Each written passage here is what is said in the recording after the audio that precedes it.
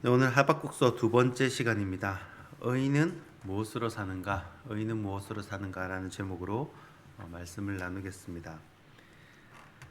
오늘은 하박국 선지자의 두 번째 질문에 대한 대답입니다. 두 번째 질문을 보려면 사실 여기 하박국 1장 13절부터 보시면 됩니다. 앞쪽에 하박국 1장 13절부터 한번 먼저 잠깐 보시면요. 자, 하나님은 말로는 공의의 하나님이고 또 악을 벌하신다 그러면서 어떻게 거짓말하는 사람을 가만히 두고 또 악한 짓 하는 사람들 가만히 두고 또 의인이 피해 당하는 것, 자, 악인이 의인을 삼키는데도 어떻게 가만히 계시냐는 겁니다. 이런 비극을 왜 가만히 보고 계시냐는 거예요. 그렇게 따지듯이 질문을 합니다. 세상에 얼마나 불쌍한 사람이 많고 또 착하게 산 사람들이 피해를 보면서 그렇게 사는 사람들이 많은데 하박국 입장에서는 하나님이 가만히 계신 것 같고 이해가 되지 않는 겁니다. 그래서 남유다를 괴롭히는 나라가 바벨론이죠. 지금 이 바벨론을 어떻게 묘사를 하냐면 낚시를 하는 악한 어부로 묘사를 합니다. 그래서 이 낚시, 이 구물, 투망으로 고기를 모으면서 이제 나라들을, 작은 나라들, 힘없는 나라들 이렇게 모으는 거죠. 모으면서 또 그물, 투망에게 제사를 드리는 겁니다. 자, 악인이 악한 방법으로 부자가 됐는데 더 탄탄대로를 달리더라라는 거예요. 편법을 쓰고 사기를 치고 거짓말을 했는데 망하는 게 아니라 더 잘 되더라라는 겁니다. 자, 그리고 나서 오늘 우리가 읽은 2장 1절에 자, 도대체 하나님께서 뭐라고 하시는가 보자. 파수꾼이 성루를 지키는 심정으로 한번 기다려 보겠다는 거예요. 하나님 도대체 뭐라 말씀하시나 한번 기다려 보자. 이렇게 하박국이 이야기를 합니다. 자, 그리고 드디어 하나님께서 직접 응답을 하십니다. 자, 3절부터 나오죠. 자, 요는 하나님께서 때가 되면 이루겠다. 때가 되면 이루시겠다라는 겁니다. 사람의 때인 크로노스가 아니라 하나님의 때인 카이로스의 시간에 하나님께서 반드시 이루시겠다라는 선언입니다. 자, 그러면서 4절에 뭐라고 하느냐? 유명한 말씀입니다. 의인은 무엇으로 삽니까? 의인은 믿음으로 산다라는 겁니다. 자, 그러면 도대체 누가 의인이고 또 믿음은 무엇이란 말입니까? 그래서 오늘은 이 의인은 누구를 말하는 것이며 또 의인은 믿음으로 산다 그랬는데 그 믿음으로 사는 것이 도대체 어떻게 사는 것인가 한번 살펴보고자 합니다. 첫 번째, 의인은 누구를 말하는가입니다.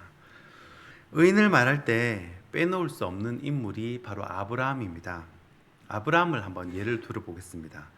자, 아브라함이요, 갈대아 우르를 떠날 때에 하나님이 뭐라고 약속을 하시냐면 내 자손이 모래와 같이 많게 하겠다. 모래와 같이 많은 자손을 주겠다라고 분명히 약속을 하십니다. 자, 그런데 이 모래와 같은 자손은커녕 자식 하나 낳지 못하는 겁니다. 그리고 우르를 떠난 지 8년, 9년이 됐는데 무려 8, 9년 동안 아기가 안 생기는 겁니다. 애가 안 생기는 거예요. 그러니까 아브라함이 나이는 들고 이 마음이 흔들리기 시작하는 겁니다. 창세기 15장에 보면 이 두려워하는 아브라함에게 하나님께서 직접 나타나십니다. 그리고 뭐라고 말씀하시냐면 나는 너의 방패가 되어줄 것이고 또 큰 상급도 주겠다. 이렇게 말을 하는 겁니다. 그랬더니 아브라함이 아이고, 한 번 속지 두 번 안 속습니다. 그러면서 하나님께 뭐라고 얘기하냐면 하나님 말만 준다 그러고 도대체 언제 준다는 겁니까? 뭘 준다는 겁니까?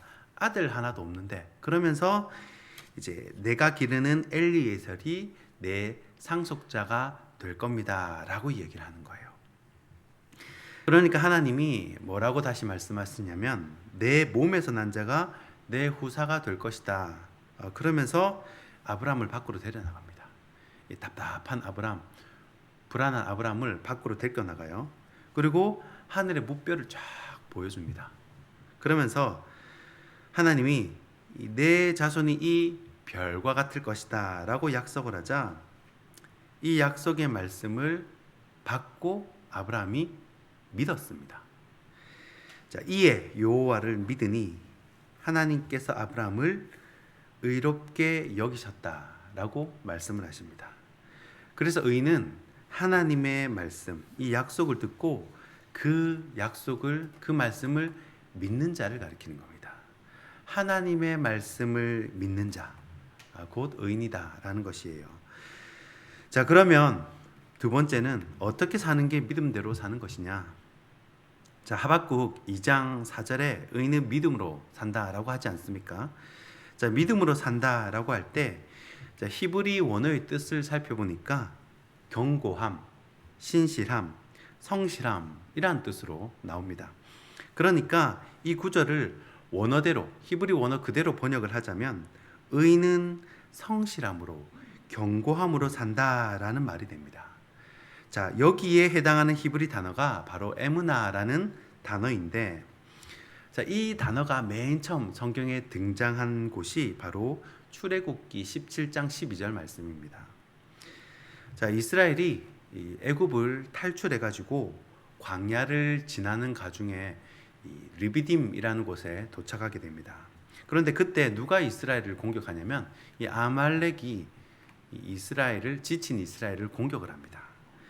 그래서 이제 요수아를 군대 장관으로 삼고 백성을 이끌고 전쟁을 하러 나가는데 참 신기한 게 모세가 팔을 들고 기도를 하면 팔을 들면 이기고 팔을 내리면 어떻게 됩니까?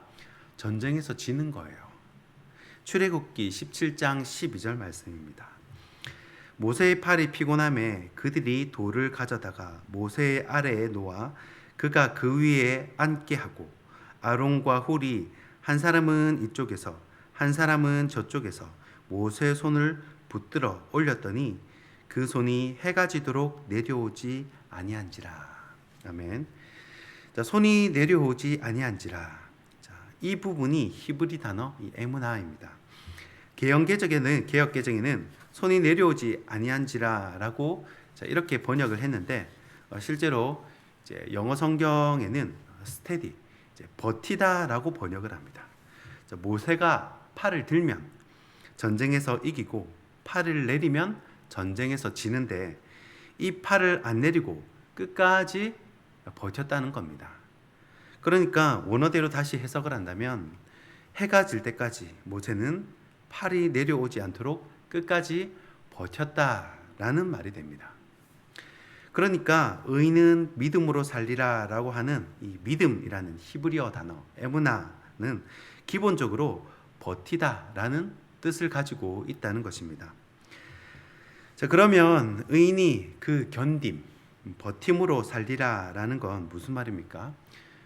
하나님의 약속을 받고 하나님을 믿는 자는 그 약속이 더디 성취된다 하더라도 내 기도가 속히 응답되지 않는다 하더라도 그 말씀을 믿고 카이로스의 때를 믿고 그 말씀을 믿고 버팀으로 산다라는 것입니다.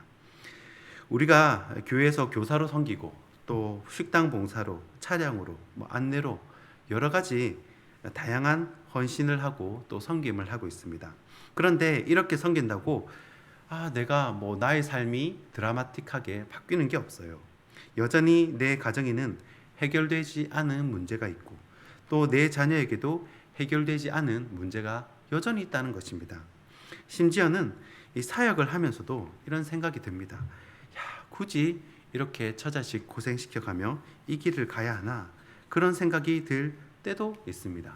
그러나 그리 아니하실지라도 내 팔이 내려오지 않도록 민족을 위해 또 하나님을 위해 이 등팔이 내려오지 않도록 끝까지 버티면서 인내하는 것이 의인이 믿음으로 사는 삶이다라는 것입니다.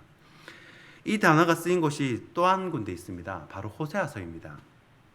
이 호세아서 2장 19절 20절 말씀인데 내가 내게 장가들어 영원히 살되 공의와 정의와 은총과 긍휼이 여김으로 내게 장가들며 진실함으로 내게 장가들리니 내가 여호와를 알리라. 아멘. 자, 여기서 진실함으로 내게 장가 들리니 이제 하나님께서 이제 이스라엘과 결혼하는 이제 이스라엘이 신부고 하나님께서 신랑이에요. 여기서 진실함으로라는 이 단어, 이 표현이 이것이 바로 히브리어 단어 에무나입니다. 자, 하나님은 불륜을 저지른 이스라엘을 다시 데리고 와서 아내를 삼고 진실하게 사랑하겠다라는 말입니다. 이런 진실한 사랑을 보여주기 위해 하나님께서 한 사람을 택하죠.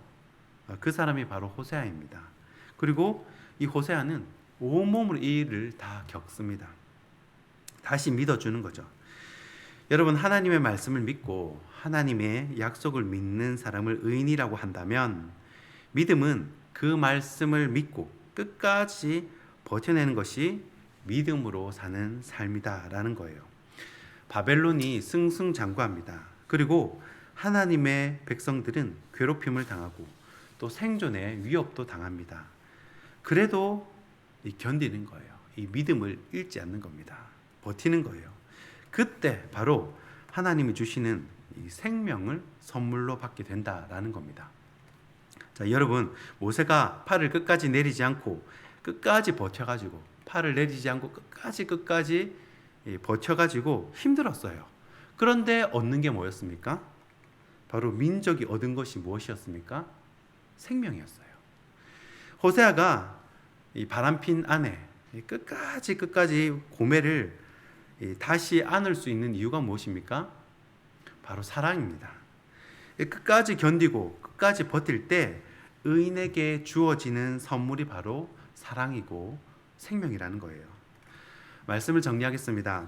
우리는 진짜 복이 무엇인지 알아야 합니다. 하박국은 세상적인 물질의 복이나 땅, 자손 이런 것은 받지 못한 듯합니다. 왜냐하면 시대 자체가 바벨론이 다 수탈하고 늑탈해가고 괴롭히는 시대에 태어났다는 거예요. 일제시대에 태어났으면 얼마나 부자가 돼도 얼마나 부자가 됐겠습니까? 이 세상적인 복은 받지 못했으나 성경에서 말하는 복은 하나님을 위해 수고하고 핍박받는 복이 있습니다. 마태복음 5장 12절에 나와 있죠. 박해를 받으면 기뻐하라고 너희 전에 있던 선지자들도 이와 같이 당했다고. 그러면 어떻게 됩니까? 하늘에서 너희의 상이 큼이라 라고 기록을 합니다. 그렇기 때문에 우리가 하나님이 주시는 복을 복으로 깨닫지 못하고 거절할 경우가 있어요. 이게 복이 복으로 보여야 되는데 아이고 세상적인 관점만 가득해가지고 하나님이 주신 복을 복으로 못 보는 겁니다. 그래서 거절을 하면요, 하나님은 거기에 합당한 사람에게 달란트를 줍니다. 촛대를 옮겨버린다는 거죠. 주를 위해 수고하고 애쓰는 것이 복인 줄 알고 깨달아야 한다는 것입니다. 반대로 사단이 준 즐거움을 복으로 생각하고 그걸 자랑하고 희희낙낙하면 그 또한 굉장히 안타까운 일입니다. 가장 좋은 것은요, 하나님이 주시는 복을 복으로 깨닫고 알고 기쁨으로 감당하는 것이 가장 좋은 것이겠죠. 여러분 끝까지 잘 버텨내시길 바랍니다. 저는 여러분들이 지금까지 이 자리를 지키고 버틴 것만으로도 대단하다고 생각을 합니다. 살아내야 합니다. 의인은 현재를 살아내는 사람입니다. 뭘 대단한 업적을 남겨서 의인이 아니라 하나님의 말씀을 믿고 또 현재를 견디고 버티는 것이 의인의 삶이라는 것입니다. 저와 여러분 모두가 하나님의 말씀을 믿는 의인으로서 믿음으로 인내하고 버티면서 오늘을 감당해내는 저와 여러분이 되길 주님의 이름으로 축복합니다. 기도하겠습니다.